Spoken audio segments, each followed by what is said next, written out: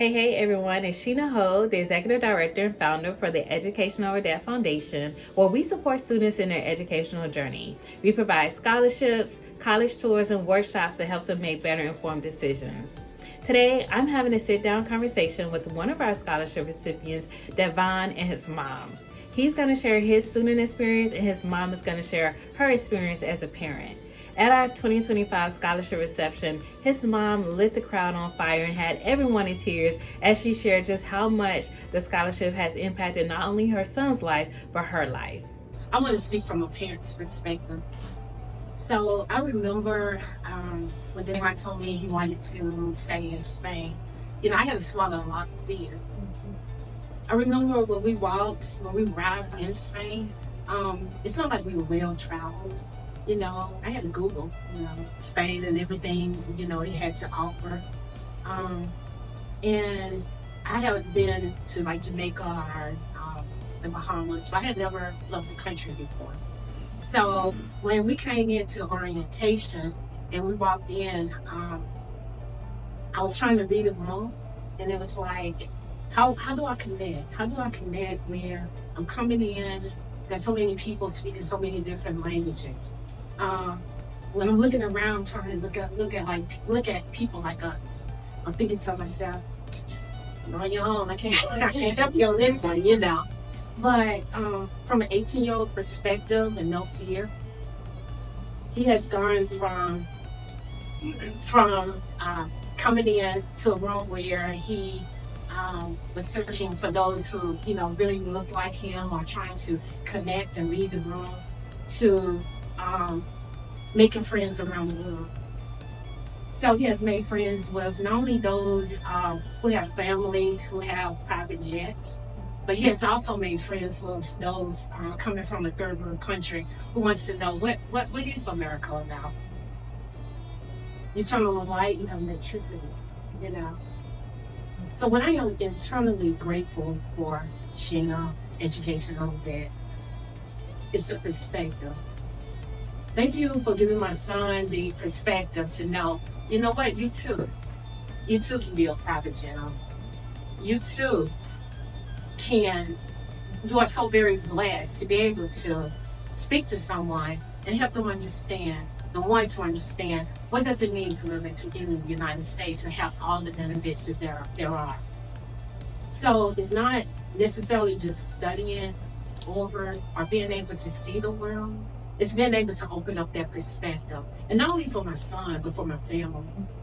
So it's not only the journey that we have, that he has gone, but the journey that we have shared with him to understand what it is that he can truly do. So I see your vision. I appreciate the opportunity to be a part of your vision. I appreciate the opportunity that you have given my son to open up his vision. But for that reason, I'm eternally grateful. Devon was one of our first scholarship recipients in 2022 when we awarded scholarships for $500. Now, I know to some this amount may seem small, but it has had a huge impact on his life and his family's life. Even a small scholarship can change the life of a student and his family, and his story is proof. Check it out. Hey, you all, thank you all so much for joining me today. I really just wanted to have a conversation with you all. Miss Brenda shared so much at the scholarship reception about her experience with you going to college, Devon, and just how it has impacted her. And so I wanted to have a conversation with both of you all just to share your experience and the college journey and how you look at it differently. So Devon, I'm gonna ask if you could go ahead and introduce yourself. Tell us a little bit about who you are, what college you go to, why you decided to go to that school. Yeah, so my name's Davon France. I'm 21 years old and I'm a rising senior. I'll be a senior. So my last year, class of 2026, I got a St. Louis University at the Madrid, Spain campus full time. So I've been there for the last 3 years. I started off studying international business and marketing. Now I study economics and international business, and I minor in Spanish. All right. And if you could, Miss Brenda, could you introduce yourself to us as well? So my name is Brenda France. I am, Davon's mother. And I have been right alongside my husband, his father, and I. We have been right beside Davon during this journey, and it Oh, has been a journey for us as well. okay, well, thank you. So you mentioned that you go to St. Louis University in Madrid campus. Why did you decide to go to St. Louis in Madrid? Yeah, and that's a question I get all the time, and I don't necessarily have an answer, so my answer changes every time because it's not like a lot of people when they decide what school they want to go to, they've known for a while maybe, or like they had like a dream school. In my situation, I applied early decision to my dream school. I didn't get in, and then I had like, the backup school that pretty much all my peers and classmates were gonna go to, and I kind of knew like I'd be fine if I went to that school, but I really did not want to go there. I was kind of like, being in the South, kind of on the smaller town, like, I've been around these people my whole life, like, and there's, certain societal kind of nuances is what that, I was trying to kind of get away from. So I just kind of looked at schools to study abroad at, not necessarily for like to literally move across, the world, permanently, but maybe just to study abroad. And I did end up finding the school just from searching about that. And it's the only American school where you can actually seek a degree for the full 4 years in Spain, and it might even be in Europe, all of Europe. So that's kind of where I ended up landing there. I applied, got some scholarships that made it feasible for me to go. And then on the last day on the deadline to sign up, I still had not like committed to going. And then I extended it like 7 days and I still waited until the last day, like at 11:58. And I just went for it after like a bunch of back and forth and having to leave my family and my dog and everything. So it was a big jump, but I finally kind of did at the literal last second. So Okay, and so when you heard that he wanted to go to school in Madrid, what were your thoughts? So I'm gonna back it up just a little bit because that's his story as far as his college, deciding to go to college. Initially, he graduated the year after the schools were open up from COVID. Okay. And, so all the time he was talking about, I'm gonna take a gap year, I'm gonna wait a year before I go to college. So we were like, okay, we're okay with that now, and then all of a sudden one day he was like, oh yeah, I applied to these schools, and I have gotten accepted, into a university, in Spain. And I was like, oh, really? Okay. So, we didn't even have a time to really be able to prepare mentally, to even just kind of take it all in. So it was really, really, a whirlwind. So initially, our response was so we have two responses. My response when I'm in by myself, trying to process information is one thing, but my response to him trying to continue to encourage, our thought process is always think big. I mean, think just think huge, everything is going to be okay. Things have a way of just kind of falling into place. So when he said he wanted to go to Spain, I was like, yeah, go for it. But when I was like, away in the room, kind of by myself, or just talking to his father, we were like, oh my goodness, like, okay, let's start Googling Spain. Let's see where is this? Let's go ahead and get a passport. I don't even have a passport. Let's kind of, figure this out. So I was, fear was really taking over. Okay. Well, I like the fact that you said you was really like think big and you shared that with him even though you was afraid. Sometimes that can be hard juggling the two thought processes, especially when you have children because you want them to go and do big things, but at the same time, you may have never experienced that yourself. And so getting a passport, going through that whole process could take a while to get a passport, especially after COVID. So yeah, that's interesting to hear. So now that you've been at that school, Devon, for as long as you've been there, how have you adjusted to the culture? yeah, so one thing that makes it a little bit easier is that it is an American university. So as far as like the culture of the classroom and the structure and things are like that, like my classes are in English except the classes that are specifically like like Ibero studies or Hispanic studies or like Spanish classes, right? So there's like departments that are in Spanish, but my economics classes and my business classes are in English. The majority of my professors are Spanish though, and they'll be having like side conversations in Spanish and stuff. So at first I was kind of a little like, what are you talking about? I speak Spanish pretty well now, so now I try to have those side conversations, but that made it a little bit easier to kind of, merge in because at least you have like a home base where there's some American people. And actually, the students from Wake Forest University and Winston do study abroad at my university. So sometimes I meet people from my city that I've actually seen, like that people I know or know, like acquaintance indirectly. So that was always kind of surprising. I didn't really realize that until like a year into it that there was students from my hometown coming in. And then also, so that helps. Yeah, like it's, you have like the that kind of home base at the university. But for as far as like getting an apartment and figuring out where I was gonna live and stuff, those were definitely big hurdles and something that I feel like I may just now figured out this last year. Try to like go to the grocery store, go to the gym still.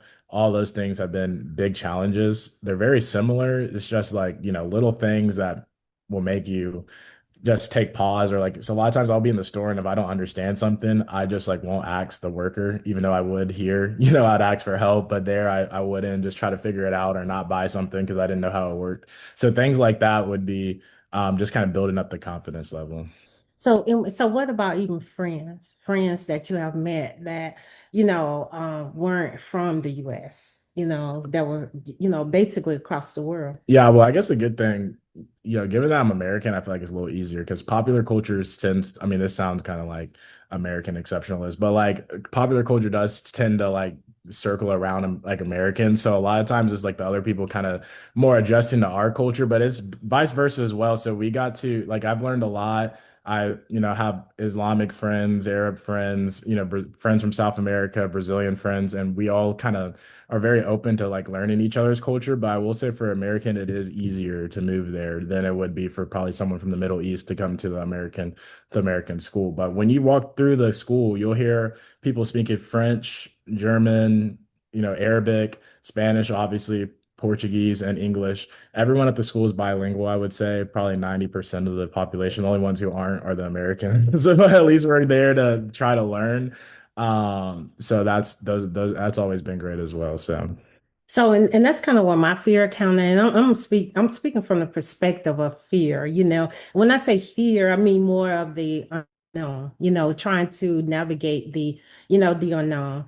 And I guess when we went to orientation and I'm in there trying to really navigate, just to kind of see, and then just seeing people from all across the world and not having left the country before. I think that is where initially I was like, well, we're not going to be able to help you with this. I have, I have no idea, but that was then, but now,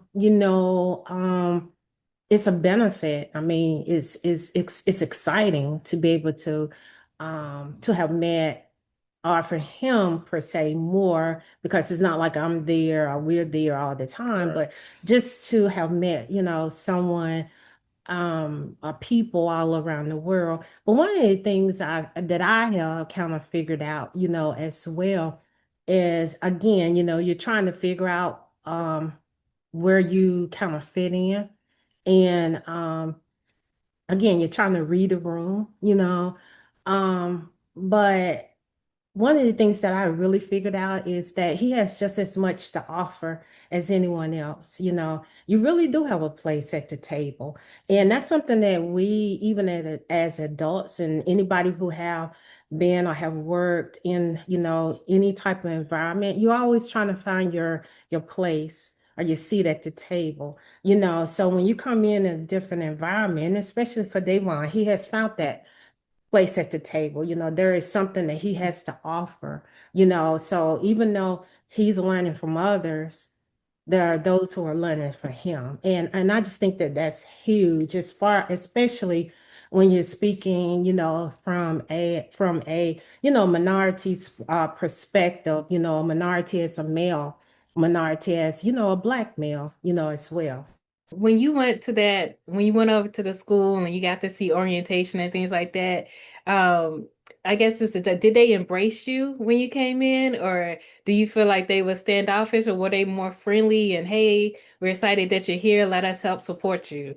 Yeah, so that's very interesting. So as far as like the university is concerned, is definitely set up to kind of make sure that everyone from every corner of the world like has like some sort of person at the university that's like kind of in that corner that they could speak to. From like the staff is very diverse as well. And I know like when we say diversity, we might think of just like skin color, but I'm talking about like, religion, your your ethnicity, where you're from, what language you speak, so things like that.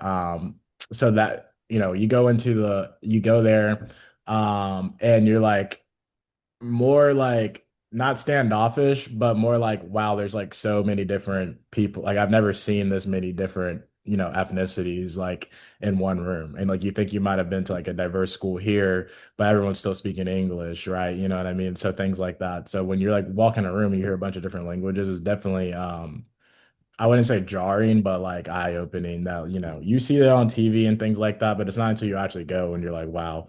And then as far as the standoffish is kind of concerned, I will say that I don't want to say it's cliquish, but just because when you're in a foreign environment, you're gonna cling to the people that are like have the most similarities as you. So as you would notice, like naturally all the Black American students will start kind of being together, and then all the African students will be together because quite frankly, the cultures are very different. And eventually I feel like at school, a lot of the Black American students and the Africans, we like all hang out together now. But at first it wasn't like that. And then we have the Jamaicans, Black students as well, who would, kind of hang out with the Jamaicans. And then like the um, Caribbean. So like there are all these different subgroups. So I know like we'll say that we're diversity and we're thinking about, oh, just having Black people in the room. And then you go and realize, oh, there's Black Americans, Black Africans, Black Caribbeans, Black Jamaicans, things like that. So, and then at school, you do tend to like kind of hang out with the people that you still have the closest affiliation to. But when we all go out at night or when we all go have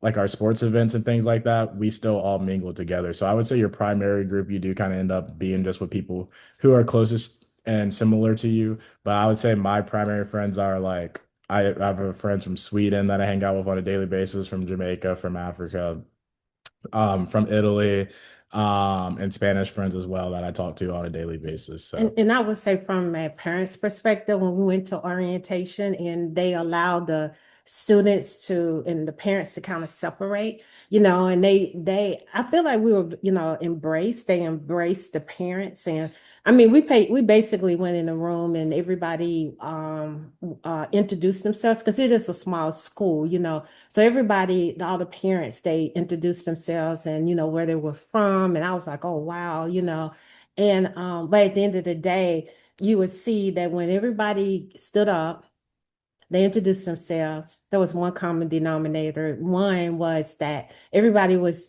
saying what they wanted for their children, so everybody wanted the best for their child.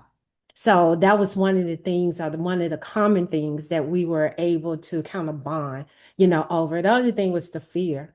Oh my goodness, even if it was a fear of somebody coming from Africa to Spain, or if they were coming from wherever, or from the United States to Spain. So that was that fear, So that was something else that we were able to bond. And the third thing was all the mothers, we were crying, I mean, every last one of us, But that was just more of, just being a little overwhelmed and just trying to say, well, you know what, in this room, I can kind of just let it out, but I don't want him to know, that we're balling, or we're just, losing it. I didn't Because know that. yeah, and you didn't even know that, because at the end of the day, when we walk away and walking away from an 18-year-old child and the young man or whatever, and leaving them in a country by themselves, and it's like, oh wow, I hope you're gonna be able to figure it out. And one of the things you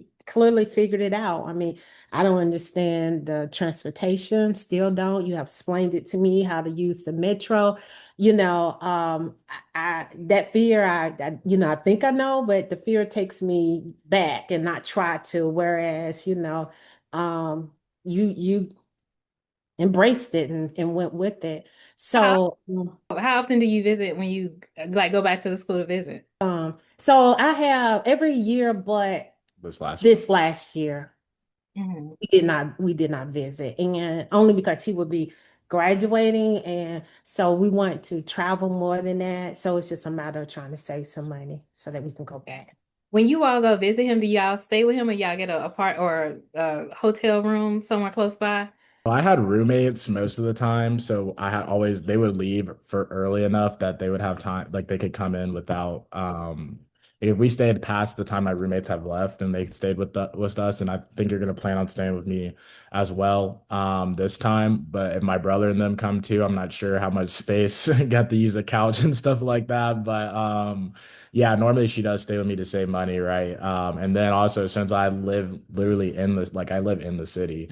So, just very much like if you live like in downtown Charlotte, right? Like, we walk around, so I'm very much Yeah. in there. So it helps save money that way. And also it's like if you want to actually experience what it's like to actually live there versus like being at like a resort or something, like how people will go to the Dominican Republic, but they don't ever leave the resort or Cancun or whatever. Like, so it's not like that. It's like going actually to Spain where there's not a lick of English being spoke where I live. I'm the only like American in my building or minority for that matter. I guess Spanish people are technically a minority, but like as far as outside of the country, I'm only foreigner in my building. I live in a very Spanish building. People always looked at me, kind of not necessarily like side-eyed or like from I would say like a discriminatory standpoint, but more from a like, like why are you here? Kind of like, like you've never seen anyone like you in this building, you know what I mean? So more kind of like of curiosity, I would say, and surprising. That's where you can feel like a little bit of standoffish as well. And I think it's easy to kind of like try to be like a this versus them type of situation when people are kind of looking at you like that. But then if you like just stop to speak to them, like I'll give you an example. The old man that owns the like corner store type situation below my building, like he would look at me and like every time I walked past him, he would like stare at me like he's never seen somebody with like coarse hair before and like black skin on this street. And then I just started talking to him, and now I stop and I talk to him for a long time. Like we'll have conversations, and I help go to a store. I used to not go to his store and go to like the, Target equivalent or whatever, just because it's easier to go there. Because I didn't want this like old man judging me or whatever. But now I go to his store now, and it's like cash only store, like an old timey, like, and we talk all the time, and he asks me about my experiences and stuff. So, and he's very a nice guy. He's just, I think it's just curious. And culturally in Europe, staring is not like considered disrespectful per se, like it is here. So I catch myself like looking at people like, why are you staring at me all the time? And then I kind of have to remember, to kind of put it in perspective. So Okay. Okay. And when you go to visit him, how do you feel when you go into into the city and walking around? And do you feel comfortable? Do you feel safe? Is that a concern of yours? And you're like, everybody here is friendly. Do they have guns there or they don't? No. absolutely not. No, Oh, most no, countries don't have guns. no, Okay. no, I've never seen, yeah. So I mean, you can walk on the street like at 12 or 1 o'clock at night. You see females, women, walking walking around Themselves. by themselves, and not, not feeling guarded, Well, one of the things or one of the experiences that I really appreciate, I hear people, they say, well, they're well traveled and they have been here and they have been there, but it's a difference. It's a difference when you're totally immersed into, Versus a tour bus. yeah, and into, actually seeing people and how they, how they live and even how they view you, or what it is on TV, how the perception, of how someone or how a group may, view a certain group.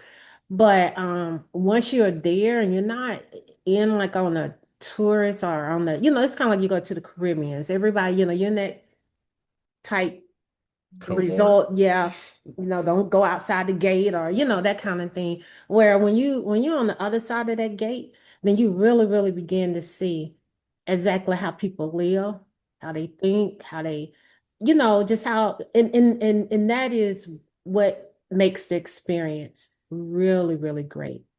Yeah, I would say I did study abroad in undergrad too because I studied Spanish. So we Mhm. went to Cuernavaca, Mexico, and we went to the university there. I never even thought as a student I probably could have went to school there too, kind Right, of like your experience. And then would have saw Central students every summer because that was our school. So we right, would come through, stay with the family, go into the city, like you right. mentioned. Oh, you the The host family. family. Yeah. Yeah, the family I stayed with, they had a restaurant in Mexico City. So every weekend we would go there. That was their culture, or Right.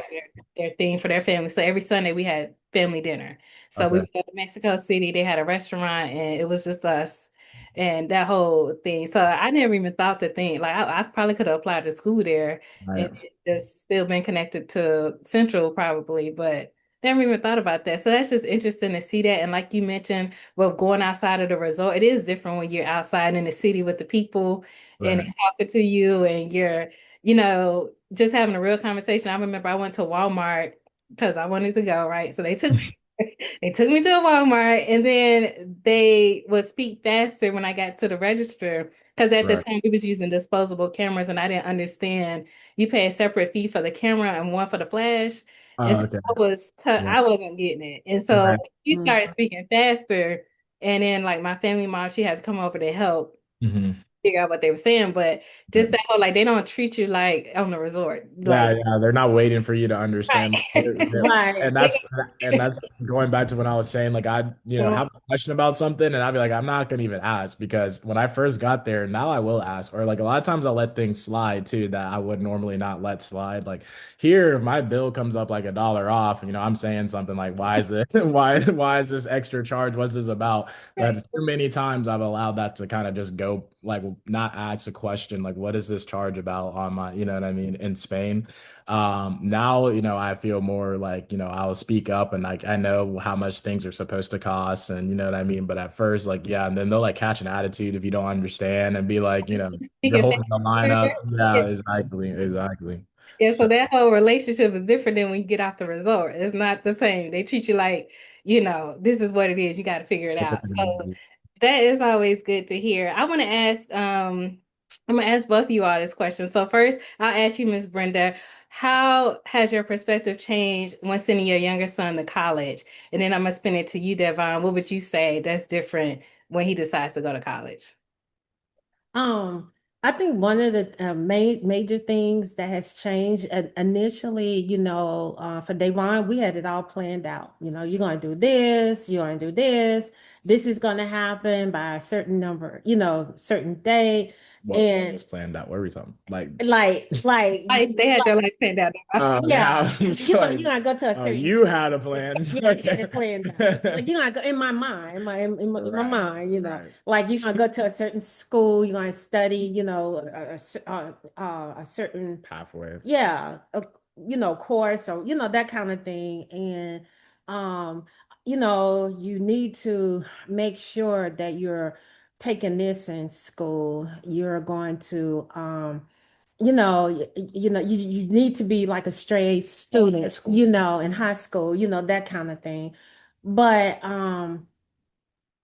he just threw a wrench and all of that, just totally changed. Like, oh, I'm going to Spain to go to school. I'm like, oh, okay, well, again, I can't help you with that. I can't really help you, and I feel like I'm learning, or we're learning from him just as much as he has learned from us as far as this experience. Mhm. So I say that to say, with Darius, it's like, we're going to follow kind of his lead because I don't think everything is all planned out, and not only that, the experiences, too, it's just as important as grades, So even now when, Davon has very good grades, but you have to understand it's not only the good grades, but it's everything all the energy that it takes The even trade-offs to get the grades. to get the grade. So you're going and having to figure it out in an environment that you're just totally unfamiliar with, you know. So that is where the starting point is. And then there are the grades, you know. So if you make a B, it's really a A plus plus plus because that is, I mean, because it's extra, you know, that's there. So I guess my point is with Darius, the approach is going to be more of just trying to really understand what he wants, you know, to do and to support that and to help them understand that there are still things that are more important, even, you know, the grades. I mean, that is understand that when someone looks at something, that is what's on paper, but you're going to have to be able to communicate. You're going to have to be able to um tell someone, you know, what your other experiences are. And those experiences are things that, you know, you're not going to be able to learn necessarily just being in the classroom. Mhm. That's good. That's good. And what would you share for your younger brother as he thinks about college? What advice would you give to him? Yeah, I would say that you definitely have to figure out, how you're going to pay for this, because that was something that we figured out as we went. Still don't necessarily have it all the way figured out, but obviously, like support from organizations like yours and other scholarships I've received have made the damage a little bit less. So that one too. The second one I'd be like, you don't have to follow the herd. I definitely didn't.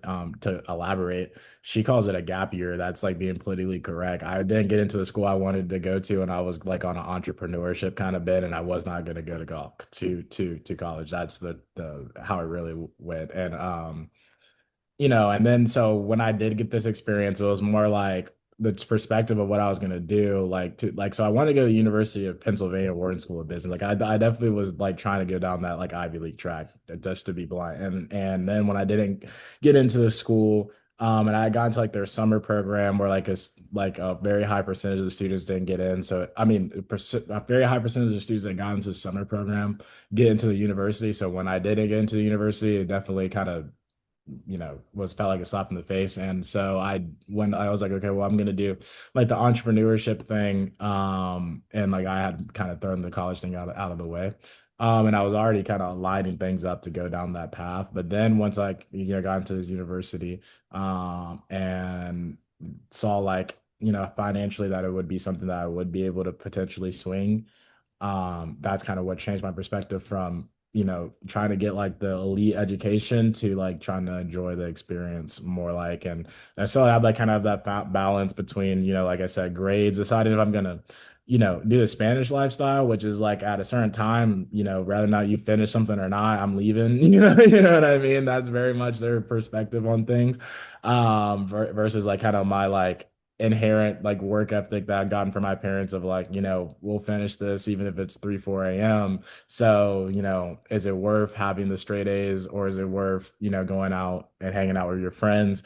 And because you only get to go, be in Spain like with your friends like 21 years old one time, right? So, And I encourage both. yeah, so it's just trying to find the balance though, you know what I mean? Right. Which way do you swing it? So, And I definitely encourage both. And and again, initially I probably was we were probably pushing that Ivy League type, education or whatever. But now 3 years in this, you're way ahead of the curve, as far as trying to again.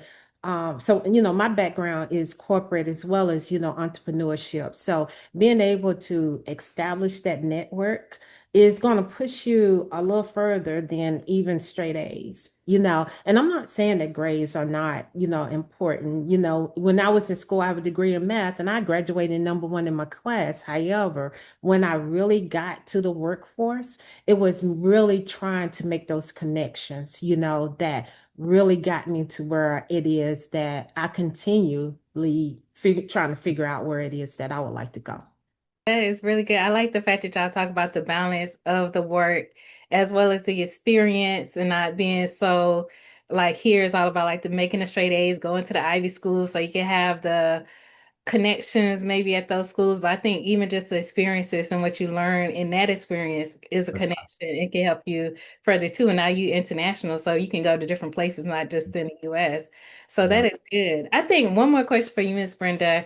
If you had to give advice to parents who are trying to like micromanage their kids or these helicopter parents who, trying to do everything, what would you tell them? Because you say you're gonna let your younger son kind of take the lead in what he wants to do.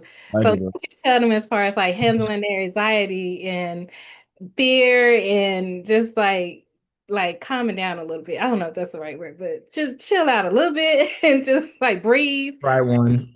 That's the right one. And I understand your question, and that's something in which I have to be very intentional about, because there's a difference, like you said, being a helicopter parent and then providing that support. And depending on what day it is, I'm probably both, Mm. you know.